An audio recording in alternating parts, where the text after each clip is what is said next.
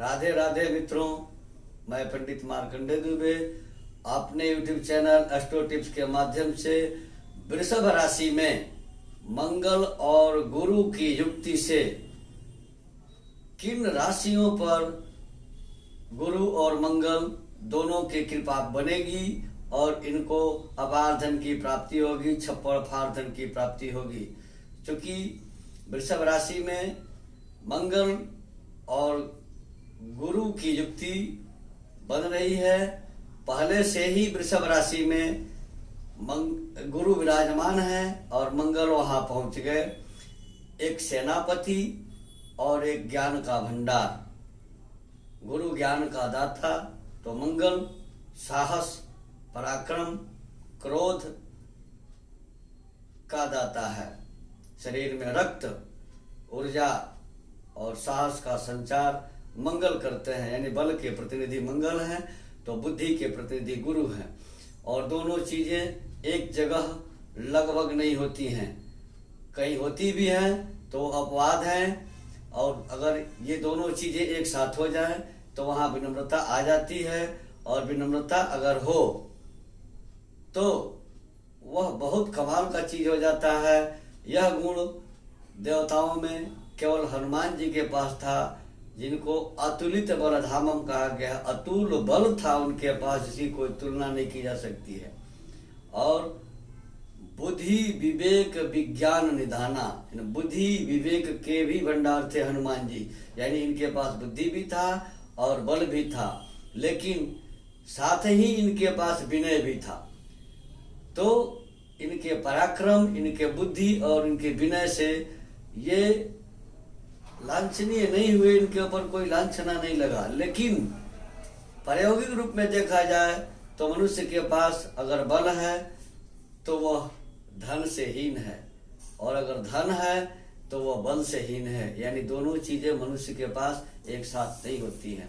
और वह योग मंगल के द्वारा गुरु के साथ होने से वृषभ राशि में बन रहा है।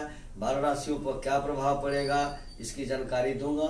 जानकारी देने से पहले आप सबों से छोटा सा निवेदन है कि यदि अब तक आपने इस चैनल को सब्सक्राइब नहीं किया है अथवा पहली बार देख रहे हैं तो सब्सक्राइब जरूर करें, नोटिफिकेशन बेल दबाएं, वीडियो लाइक करें और मित्रों को शेयर करें।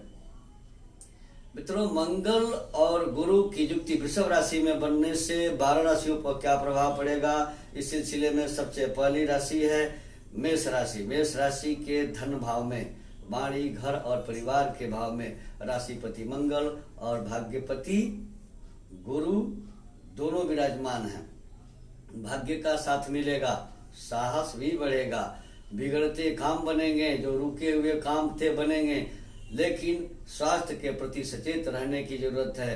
वाहन चलाते समय सावधानी रखने की जरूरत है। गलत कार्यों से धन कमाने से इस अवधि में आपको बचना होगा, और विशेष करके गलत कार्यों में धन का खर्च नहीं करेंगे, अन्यथा हानि हो सकती है। हनुमान चालीसा का पाठ करें, हनुमान जी की आराधना करें, समय अच्छा रहेगा।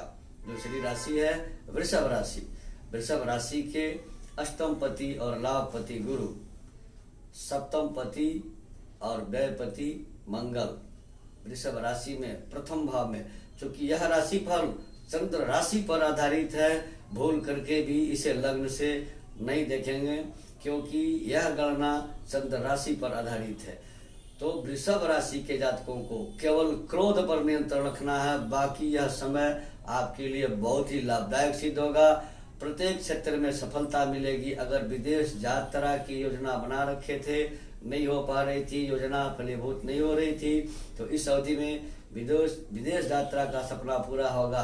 कर्ज भार से दबे हैं तो कर्ज भार से मुक्ति के उपाय होंगे, कर्ज भार से मुक्त हो सकते हैं। किंतु माता का स्वास्थ्य इस अवधि में कमजोर हो सकता है। अचानक धन का लाभ होगा। अपने माता के स्वास्थ्य हेतु आप हनुमान जी का आराधना करें, विशेष लाभ होगा। तीसरी राशि है मिथुन राशि। मिथुन राशि के 12वें भाव में यह योग बन रहा है। 12वां भाव होता है खर्च का भाव। धन तो आएगा किंतु टिकेगा नहीं। 12वां भाव खर्च का, ऐशो आराम का, संबंधों का होता है, वह मंगल का होना कुछ कमजोर है, सावधानी रखने की जरूरत है। मिथुन राशि के जातकों को पारिवारिक अशांति हो सकती है, पारिवारिक कलह हो सकता है। क्रोध पर नियंत्रण रखें। आय और व्यय दोनों में संतुलन नहीं बन पाएगा। आय कम होगा, व्यय की अधिकता रहेगी, व्यर्थ का खर्च होगा। जीवन साथी से विवाद हो सकते हैं। 12वें भाव में मंगल मांगलिक योग बनाते हैं, वहीं पर गुरु भी कमजोर हो जाते हैं। साझेदारी के व्यापार अगर कर रहे हैं तो वहाँ झंझट हो सकता है। अतः आप संकट मोचक हनुमान जी का संकट मोचन हनुमान अष्टक का पाठ प्रतिदिन करें, लाभ होगा। चौथी राशि है कर्क राशि। कर्क राशि के जातकों के एकादश भाव में लाभ के घर में यह योग बन रहा है और लाभ भाव में कोई भी ग्रह चमत्कारिक फल देने लगता है, जबरदस्त फल देने लगता है। अब मंगल 11वें भाव में, गुरु 11वें भाव में मनोकामनाओं की पूर्ति करेंगे। सोचा हुआ कोई अटका हुआ काम है तो इस अवधि में हो सकता है। अधिक संघर्ष करना पड़ेगा क्योंकि खटने की जरूरत है। मंगल सेनापति जरूर हैं लेकिन ये खटाते हैं, बिना परिश्रम के धन नहीं मिलेगा। परिश्रम करने से, संघर्ष करने से लाभ होगा। वाणी को संयमित रखना है, क्रोध पर नियंत्रण रखना है। क्रोध अगर आए तो उसी से बचने की जरूरत है। प्रेम प्रसंग में परेशानी हो सकती है, प्रेमिका से, प्रेमी से मतभेद हो सकता है। इस अवधि में बजरंग बाण का पाठ आपके लिए लाभदायक रहेगा। 5वीं राशि है सिंह राशि। सिंह राशि के 10वें भाव में मंगल दिग्बली हो जाते हैं, भले ही वृष राशि में है, शुक्र की राशि में है। गुरु भी वहाँ शत्रु राशि में है, गुरु 10वें भाव में पूज्य हो जाते हैं गोचर में। और यह फल, यह राशि फल गोचर फल है और चंद्र राशि पर आधारित है। तो सिंह राशि के जातकों को प्रत्येक दिशा में सम्मान, उन्नति, सफलता और उनके प्रभाव में वृद्धि करेगा। किंतु शनि की दृष्टि से प्रत्येक कार्य में विलंब होगा, बाधाएं आएगी।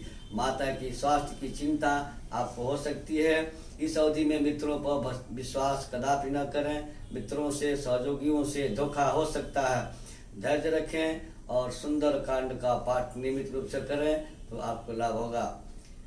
6ठी राशि है कन्या राशि। कन्या राशि के भाग्य भाव में मंगल और गुरु की युक्ति हो रही है। कन्या राशि के 3रे और 8वें भाव के स्वामी मंगल, तो 4थे और 7वें भाव के स्वामी गुरु भाग्य भाव में बैठे हैं। व्यापार के माध्यम से उन्नति और विदेश यात्रा के योग बन रहे हैं। अपने मन पर नियंत्रण रखें, क्रोध करने से बचें। समय लाभदायक रहेगा, परिश्रम से धन का लाभ होगा। बंद रास्ते भी इस अवधि में खुल जाएंगे। धार्मिक कृत्यों पर धन का व्यय होगा। चल अचल संपत्ति की खरीदारी हो सकती है, लेकिन मन पर नियंत्रण रखें और हनुमान चालीसा का पाठ सुबह, दोपहर, शाम को प्रतिदिन करते रहें। 45 दिनों की यह अवधि आपके लिए लाभदायक साबित होगी। 7वीं राशि है तुला राशि। तुला राशि के जातकों के लिए 8वें भाव में यह योग बना हुआ है। व्यय भाव और 7वें भाव के अधिपति मंगल 8वें में बैठे हैं। 8वें में मंगल का होना मांगलिक योग बनाता है। वही गुरु भी तुला राशि के जातकों के लिए मित्र ग्रह नहीं है, शत्रु ग्रह है। और 8वें भाव में इनकी युक्ति यानी मानसिक अशांति, परेशानी, स्वास्थ्य संबंधी बाधा बनी रहेगी, किंतु अचानक धन का लाभ होते रहेगा, धनागम होते रहेगा। पारिवारिक कलह तथा पैतृक संपत्ति का विवाद सामने आ सकता है। अब इस अवधि में कोई पहले से ऑपरेशन का कार्य अटका हुआ था तो ऑपरेशन की संभावनाएं बन रही हैं। संकट मोचन हनुमान अष्टक का पाठ प्रतिदिन करें, आपको लाभ मिलेगा। 8वीं राशि है वृश्चिक राशि। वृश्चिक राशि के जातकों के 7वें भाव में द्वितीयेश और पंचमेश गुरु तथा राशिपति और षष्ठपति मंगल, क्योंकि चंद्र राशि पर आधारित यह गणना है, आप अपने चंद्र राशि से यह गणना देखें।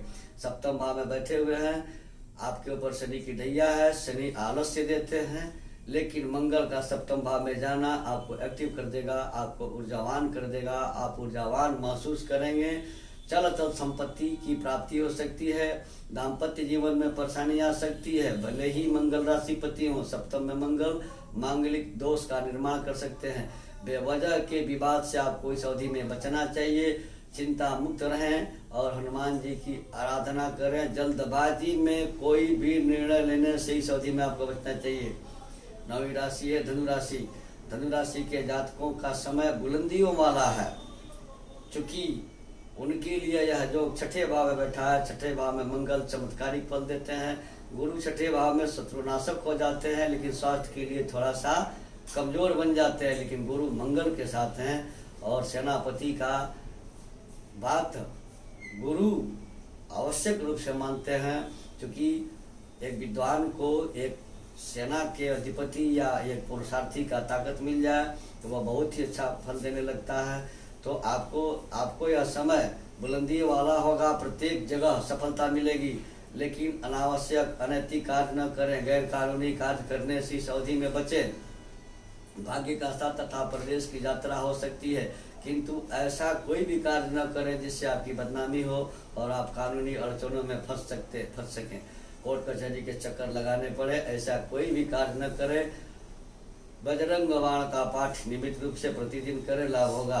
10वीं राशि है मकर राशि, और मकर राशि के जातकों के शनि के 7.5 का अंतिम भाव यानी उतरती 7.5 है। साथ ही यह जो पंचम भाव में लगा है, पंचम भाव में विशेष करके विद्या अध्ययन के लिए, उच्च शिक्षा के लिए अच्छा है, क्योंकि गुरु भी पंचम भाव के कारक हैं, उस भाव में विराजमान है। और मंगल चतुर्थ भाव के तथा 10म भाव के का स्वामी पंचम में बैठे हुए हैं।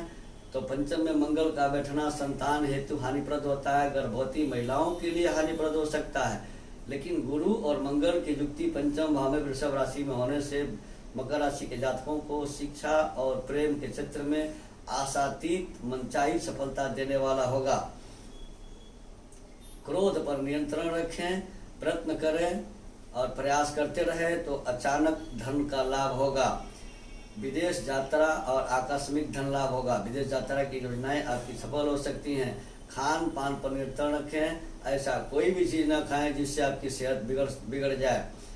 और हनुमान जी की आराधना करें, हनुमान चालीसा का पाठ नियमित करें, संभव हो तो पीपल के जड़ में जल डालें प्रत्येक शनिवार को।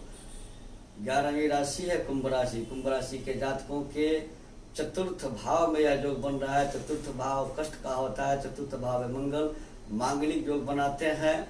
यहाँ पर काल पुरुष की कुंडली के हिसाब से देखा जाए तो मंगल नीच के माने जाते हैं, दिग्बली भी नहीं होते हैं और अशुभ फलदायक बन जाते हैं। गुरु भी चतुर्थ भाव में अगर गोचर में जाते हैं तो स्वास्थ्य और संपत्ति संबंधी परेशानियां खड़ी कर देते हैं।